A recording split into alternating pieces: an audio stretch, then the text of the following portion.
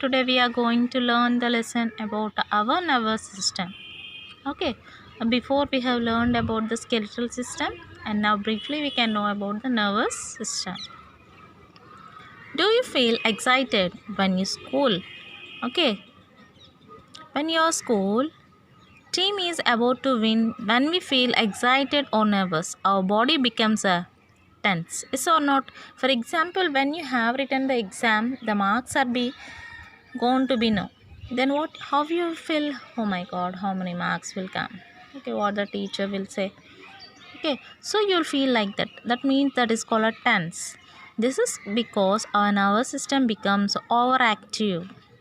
The brain, the spinal cord, and the nerves from the nervous system, our nervous system controls all other the system of our body. That means this nervous system is controlling total parts of our body.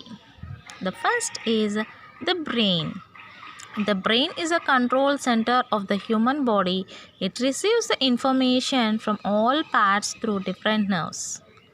Okay, so it is getting the information from the throughout the body.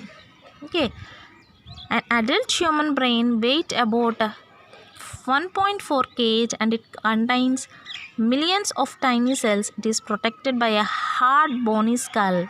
Okay, the space between the skull and the brain and also the inside of the brain is filled with a clear fluid which serves as a cushion against jerks and injuries. Our brain is made up of three different parts. Each part has its own work to do.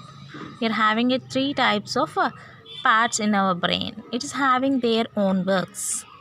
Okay. So here we can see the human brain we are having.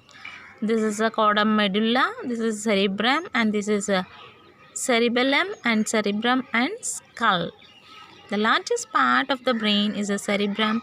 It is a dome-shaped surface is covered with a deep ridges and grooves. It controls the working of our eyes, ears, nose, and tongue. It also controls our voice. It is a center of intelligence. So it is called as a center of the intelligence. We can think, learn, remember and recall because of the cerebrum. Okay, due to the cerebrum, it recalls our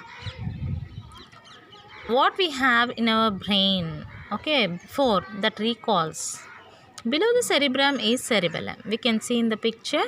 It coordinates the actions of the muscles and make them work together. Okay, the cerebrum and cerebellum will coordinate the things of the muscles to do. They help us to balance our body and keep us in an upright posture. If the cerebellum does not function properly, our body movements become jerky. Okay, if this function not working properly, what happens? We'll get jerks.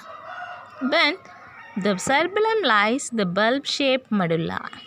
It connects the brain, the spinal cord, controls involuntary actions like the movements of the lungs and the heart. The medulla is active even when we sleep. Okay, when we are sleeping, but the medulla is very active. The brain needs a continuous supply of blood and oxygen. A person faints if his heart is not able to send enough blood to his brain. We must get enough sleep to our rest of our brain. Okay, so the person is not having the blood, the sufficient blood, then what they have to do?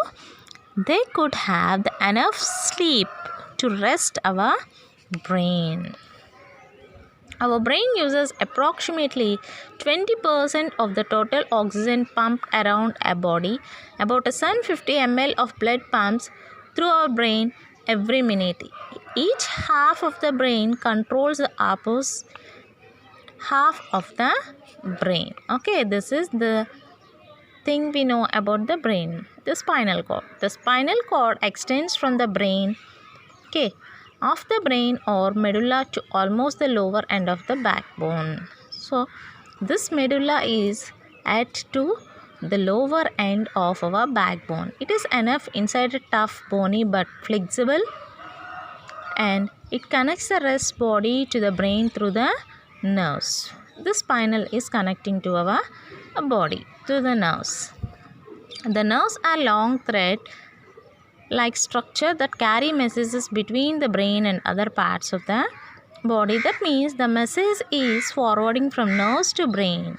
The nerves, the region of the head and the neck, the brain directly.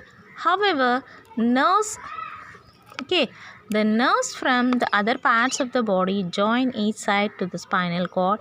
The spinal cord leads the brain. The nerves are made up of nerve cells. These are three kinds of nerves that which bring the message to the sense organs, and to the spinal cord is the sensory nerves, and nerves which carry orders from the brain of the spinal cord to the muscular glands called motor nerves, and the nerves which carry from brain to the order that are called mixed nerves. Okay, we are having a three types of brains here. Okay, we can know further this about this is sense organs.